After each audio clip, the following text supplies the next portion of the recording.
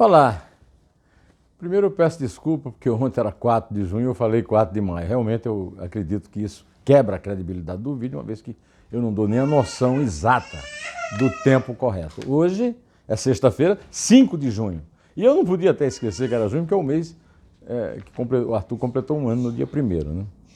Pois bem, hoje é sexta-feira, mas não é um dia de sexta-breja, não dá pra gente sair por aí para tomar cerveja, né?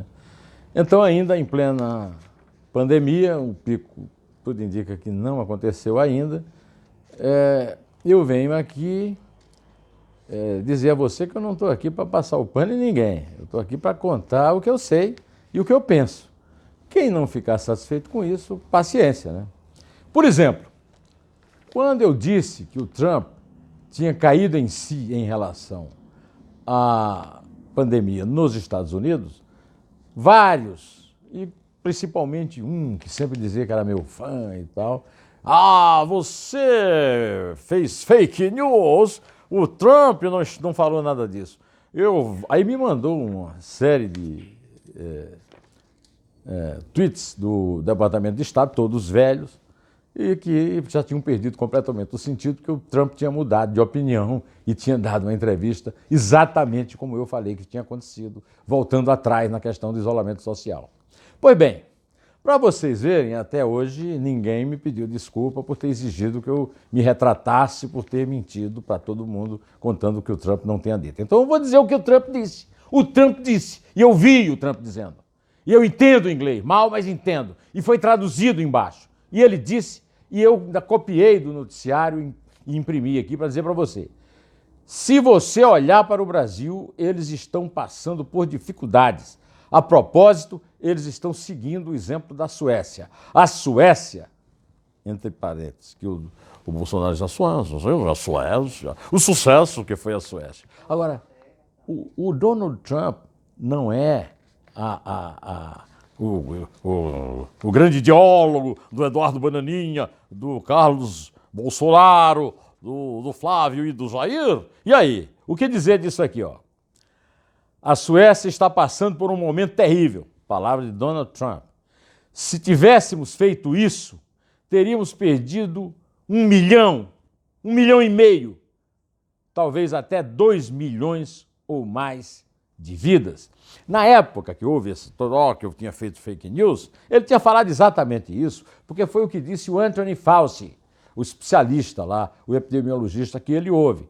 Só que agora ele está querendo abrir, né? Do jeito que o Bolsonaro quer, né? Agora é hora de acelerar a reabertura, né? Pois bem, um dos passos mal dados por essa gestão federal da saúde foi o seguinte: no tempo do Mandetta, o Mandetta aparecia com um colete do SUS, prestigiando o SUS, que se não fosse o SUS, a mortandade no Brasil seria intolerável, mortos na rua, como em Guayaquil, e fazia uma entrevista coletiva de verdade, respondendo a pergunta, demorando o tempo que fosse necessário, para explicar tudo e para ditar uma política correta, que era a política que tinha que ter seguido, né? Pois bem, todo dia, 5 horas da tarde, ele dava uma entrevista. Entrou o Nelson Teich, já não era mais todo dia, o ministro já não participava, ainda tinha o Anderson, mas agora o Anderson vai ser substituído por um cara do Centrão. Aí vocês vão ver como vai melhorar o combate à pandemia, né? Pelo menos nas cidades onde eles têm voto, o pessoal do Centrão, né? Pois é, a coletiva foi cancelada, mas ontem o caso chegou a ser um caso criminoso, genocida. O senhor Eduardo Passueiro, que é general da ativa de brigada, não deu a cara para falar e comentar o fato de que o Brasil bateu mais um recorde de mortes em 24 horas. 1.473 mortes em 24 horas. E o comunicado do Ministério da Saúde foi dado às 22 horas. Há 3 versões para isso. O Correio Brasiliense disse que Jair Bolsonaro mandou que atrasasse para não dar tempo de sair nos telejornais do dia. Isso precisa ser investigado, porque se for verdade é mais um crime de responsabilidade para o impeachment. Não informar a sociedade de 1.473 mortes por uma doença que ele nega e que nem o Trump nega mais. Ele começou negando por causa do Trump, para imitar. Agora o Trump está deixando ele falando sozinho e ainda está esculhambando com ele internacionalmente nas suas entrevistas coletivas. A segunda hipótese é o general se acovardou e desertou da batalha, sumindo e, como se diz lá na Paraíba, vagando e andando, né, para todos nós. Né? Aí é um caso de deserção, isso aí tem que perguntar o general Pujol, que é o comandante do Exército, o que fazer com esse general. Né? A terceira possibilidade é um erro técnico, que foi a desculpa que foi dada.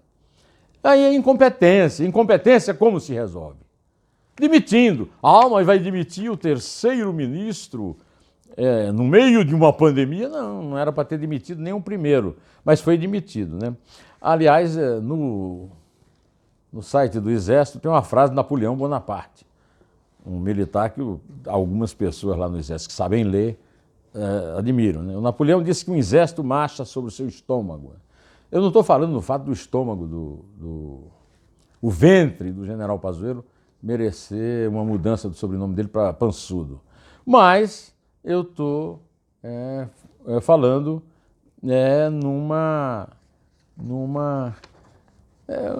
da profissão do general Pazuello, que é intendente, agora é logística. Não é logística, não, é intendência mesmo. Aliás, o Napoleão também dizia, o Exército não registrou, mas está na história, é que a intendência segue. A intendência não foi feita para mandar, foi feita, como diz Napoleão, e Napoleão entendia de guerra, mesmo tendo perdido para os russos e depois em Waterloo. Né? Mas segue, tá certo? Bom, agora eu tenho uma notícia também trágica, viu?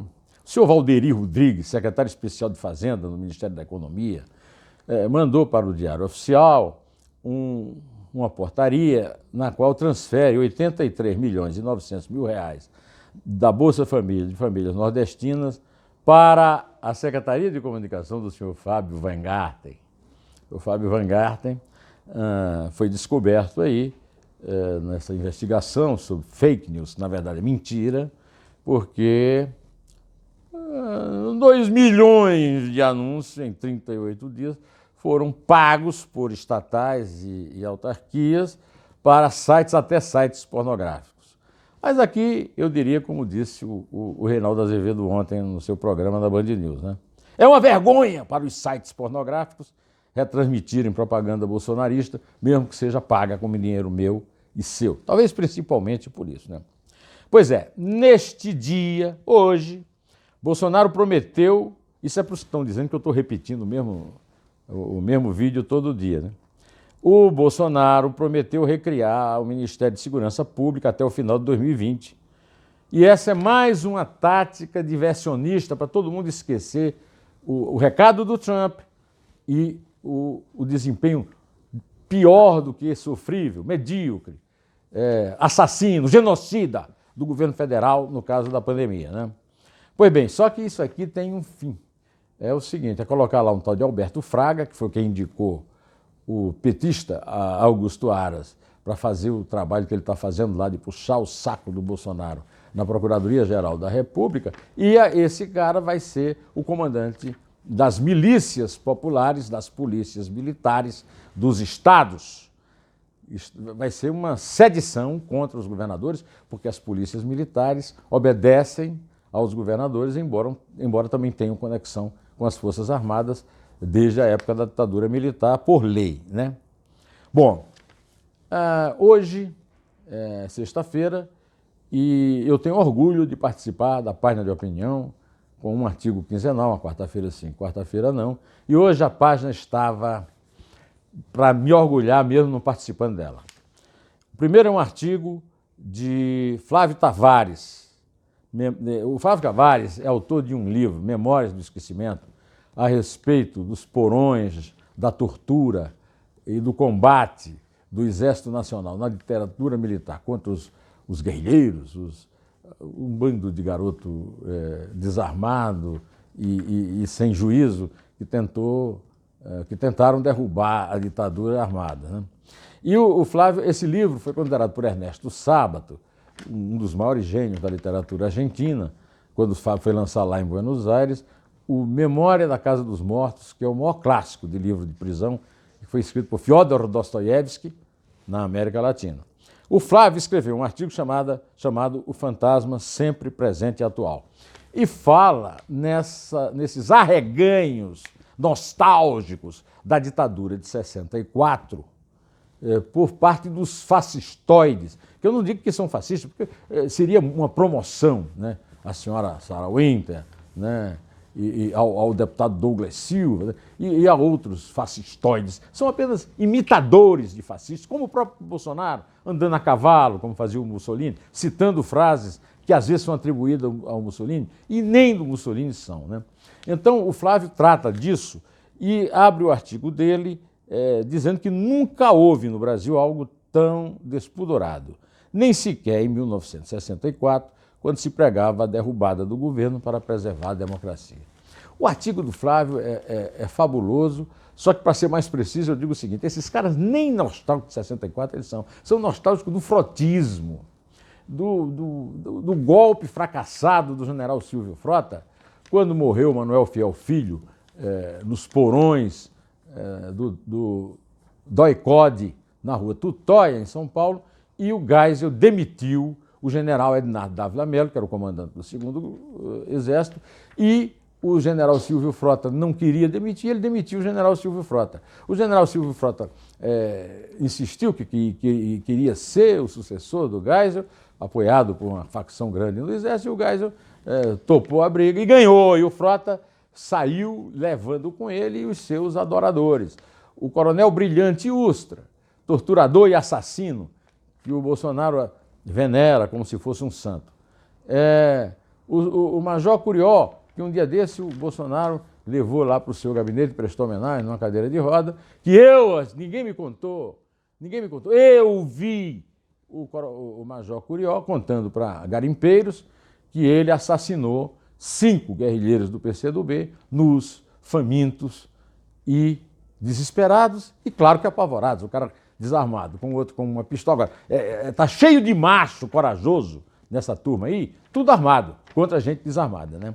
Então, o general Augusto Heleno, que é outro, que era ajudante de ordem na época, capitão, ajudante de ordem do Silvio Frota, tudo frotista.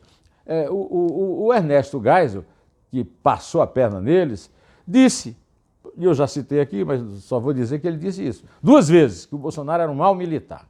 Quando o Bolsonaro foi preso por 3-0, por indisciplina e por terrorismo, porque foi pilhado planejando atentados à bomba em quartéis do Exército e na adutora do Guandu. Mas essa página, ela está tão espetacular que ela, do outro lado do artigo do Flávio Tavares, tem um artigo do professor Modesto Carvalhosa, professor da USP, que vocês sabem que é o meu guru jurídico aqui, junto com Walter Mairovitch e com Zé Paulo Cavalcante Filho. O Zé Paulinho, né?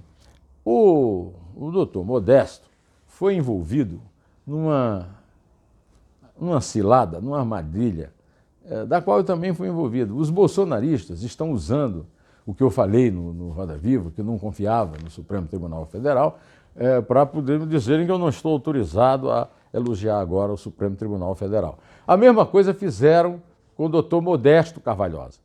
Colocaram os processos que o Modesto Carvalhosa andou movendo contra Gilmar Mendes e outros ministros do Supremo agora, e o Bolsonaro chegou a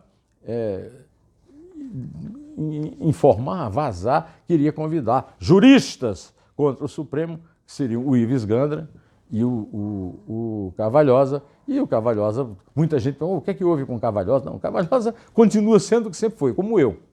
Só que agora, a única esperança que nós temos de acabar essa maluquice está nas mãos do Supremo, especialmente do decano, Celso de Mello, e do ministro Alexandre de Moraes. Pois bem, mas hoje o Modesto Carvalhosa não escreveu sobre esse caso, ele escreveu sobre o movimento surgido nos Estados Unidos e no mundo depois da morte horrenda do segurança negro, ex-atleta de basquetebol e de futebol americano, George Floyd, em Minneapolis, Minnesota, né? O professor Carvalhosa, o olho do artigo dele é o seguinte: o racismo somente se dissipará quando demonstrarmos às gerações presentes e futuras que ele é uma vergonha e o seu exercício, mais do que um crime, é uma indignidade pessoal para quem o pratica. É fundamental que as grandes fundações privadas e a sociedade civil se empenhem nessa campanha em favor do amor e contra o ódio para o entendimento. Pura e simplesmente. É o caso do Brasil, mas o caso do Brasil não é de racismo. Como lembrou o professor Cavalhosa ao telefone, quando eu telefonei para cumprimentá-lo pela beleza de texto, é um caso de escravismo, que, como avisava o Joaquim Nabuco, pernambucano e branco, e nobre, né, família rica, nasceu em Maçangã, no engenho lá em Pernambuco, a abolição da escravatura é uma farsa. A escravidão continua no Brasil, né? E eu escrevi um artigo, está circulando no meu blog, que se chama Assim há escravista e o general covarde. É sobre o general Pazuello e sobre a dona Sari, Corte Real, olha o nome, que é a mulher do prefeito de Tamandaré, sede de uma das praias mais lindas do mundo, que é a Praia dos Carneiros, ao sul de Recife.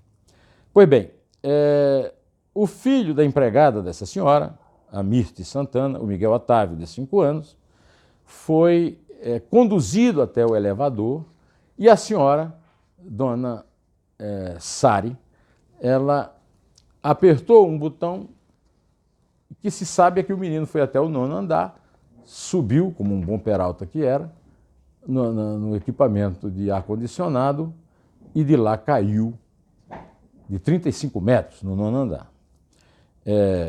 A senhora Sari é mulher do prefeito Sérgio Acker, que está sendo acusado de improbidade administrativa porque pagava a empregada doméstica, Mirte Santana, e parece também a mãe dela, com dinheiro público. Eram empregadas da prefeitura de Tamandaré, sem sequer ir, nunca foram a Tamandaré.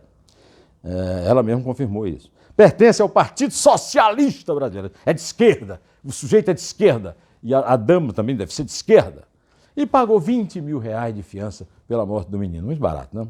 Essa notícia está na primeira página do Estadão hoje, mas passaram muito tempo sem mostrar a fotografia da mulher, sem dizer o nome dela, numa proteção absurda, que, segundo a dona Mirte, se fosse com ela, estava super exposta aí. Né?